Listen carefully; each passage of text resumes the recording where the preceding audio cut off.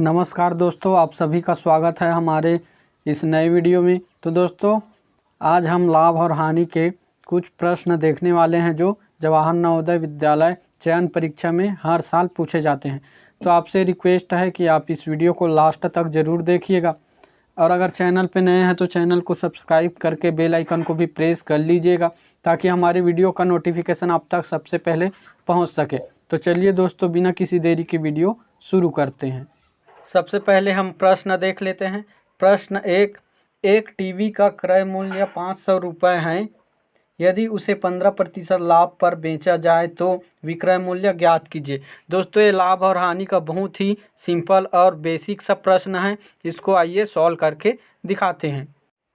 दोस्तों, इस प्रश्न को हल करने से पहले मैं आपको कुछ चीज़ बता देता हूँ। यहाँ पे क्रय और विक्रय मूल्य को हम समझ लेते हैं। क्रय मूल्य का मतलब है कि किसी चीज़ को हम जिस रेट पे या जिस दर पे जिस मूल्य पे खरीदते हैं उसे क्रय मूल्य कहा जाता है। यानी कि आसान शब्द में मैं कह सकता हूँ कि इसे खरीदी रेट भी कहा जाता है। विक्रय मूल्य का मतलब है जिस दर में या जिस मूल्य पे हम बेचते हैं उसे विक्रय मूल्य कहा जाता है, यानी कि इसे बेचना कहेंगे। अब हम समझते हैं लाभ को। दोस्तों, अगर मैंने कोई चीज़ 500 रुपये में ख़रीदी है और उसे 600 रुपये में बेच रहा हूँ, तो इस पूरे लेन देन में मुझे 100 रुपये का लाभ होगा, तो इसे ही लाभ कहेंगे। तो दोस्तों, इस प्रश्न को हम हल करते हैं। आप ध्यान से इस वीडियो को देखिए। क्रय मूल्य है 500 रुपये। 500 रुपये का हम 15% निकाल लेंगे। दोस्तों, सबसे पहले प्रतिशत निकालने के लिए 100 से भाग किया जाता है। यहाँ पे ऊपर में 2 जीरो है, नीचे में 2 जीरो, दोनों कैंसिल होगा। 15 पंचे 75। तो 500 रुपये का 15% 75 रुपये यहाँ पे निकल के आ रहा।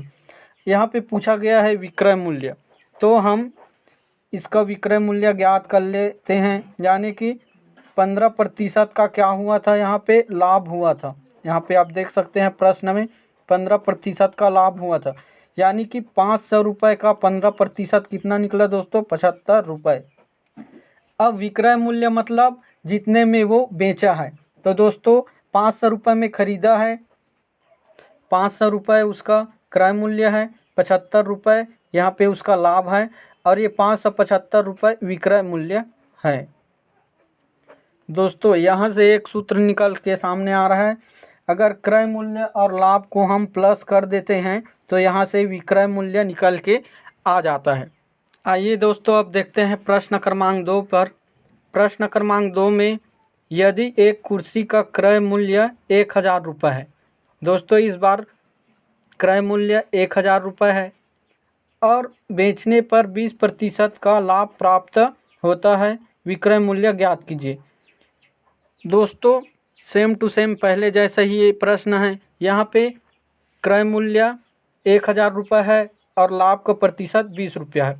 उसी कॉन्सेप्ट से ये भी प्रश्न बन जाएगा। आइए मैं बना के आपको दिखाता हूँ।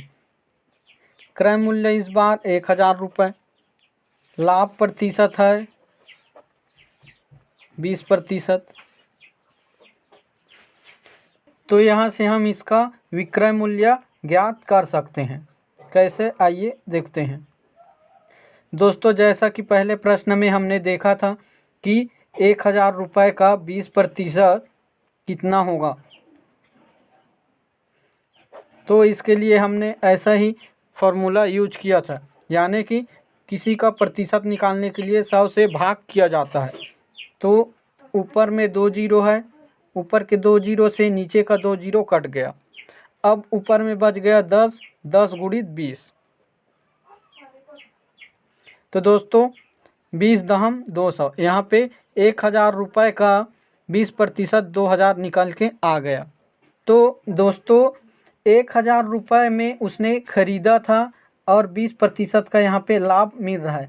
1000 का 20% अगर मैं रुपए में कहूँ तो यहाँ पे 200 रुपये निकल के आ रहा है। बेचने पर 20% का लाभ प्राप्त होता है। विक्रय मूल्य ज्ञात कीजिए।